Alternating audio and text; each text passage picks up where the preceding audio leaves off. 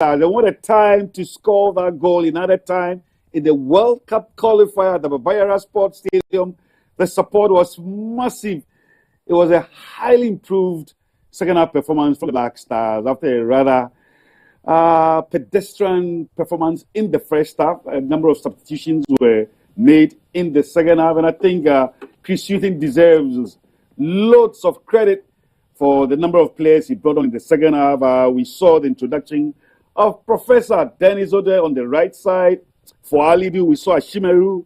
We saw Nuhu Kasim later on when Amate got injured. And then we saw Bukari also coming on. And then Niama also been introduced. Highly impressed performance in the second half. Several chances were created as opposed to the first half where Madagascar dominated and created all the chances. The Black Stars failed to hit the target in the first half. Adrian, the goalkeeper for Madagascar, was brilliant, especially in the second half. So the World Cup qualifying series on a very bright note. Today, in 3 days' time, the Black Stars play against Comoros. Of course, they would have to improve. It's an away game. And Kwabi, we all had a conversation, and I was very eager. We all very eager to see Naki score his first goal for the Black Stars.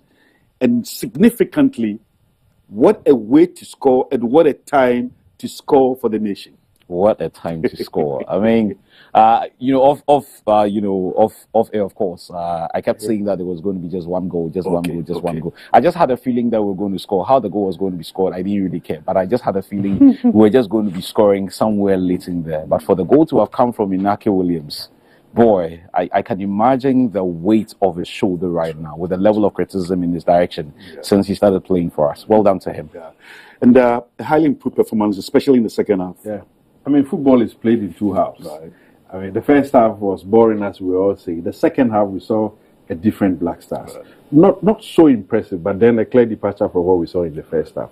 Sometimes we may not like how the game is going, but we also and always have to understand that it is in two halves. If the first half is not going well, that's why we have coaches on the bench.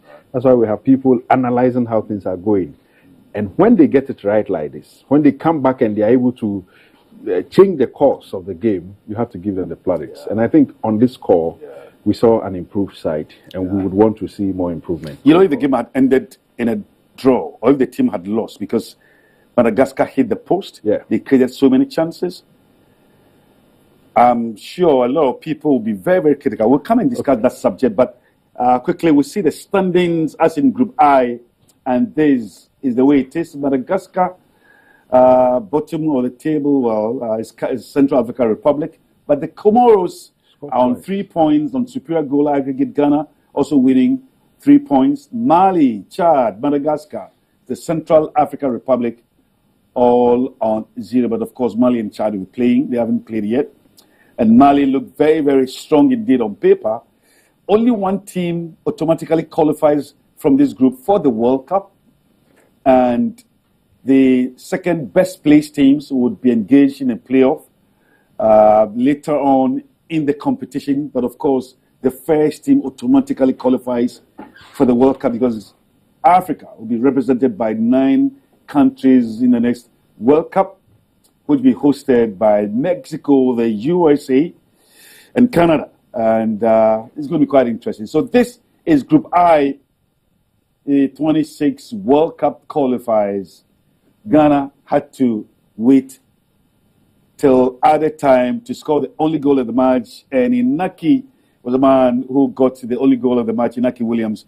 I was making a point that we are very quick to be critical of coaches. And I've made a point over and over that football appears to be one of the few professions where fans and journalists think they're better than the coach.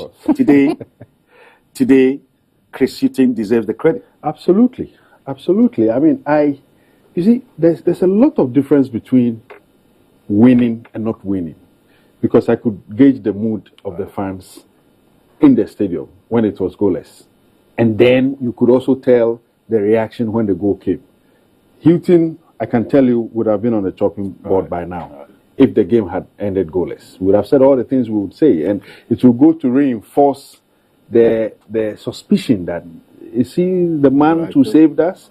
But here we are, he's more or less cleared some of the doubts, and I think he would have to build on that. But see, there's one thing we have to be careful of, and that's it's a call that sometimes no one will listen, but we have to continue making the call, which is being patient.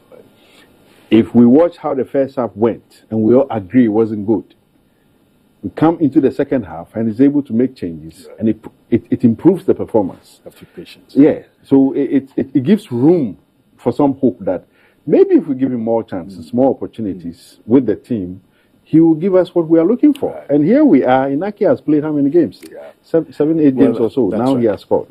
You know. Kwame, our time is up. Just in a minute, your final words.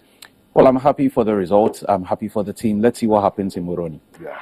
Well, so Moroni is on Tuesday. The Black Stars depart Ghana tomorrow in the morning for Moroni. That is the Comoros to play their second World Cup qualifier. But today, it's all smiles. The party would have to be cut short because tomorrow they travel against the Comoros, which is also a World Cup qualifier.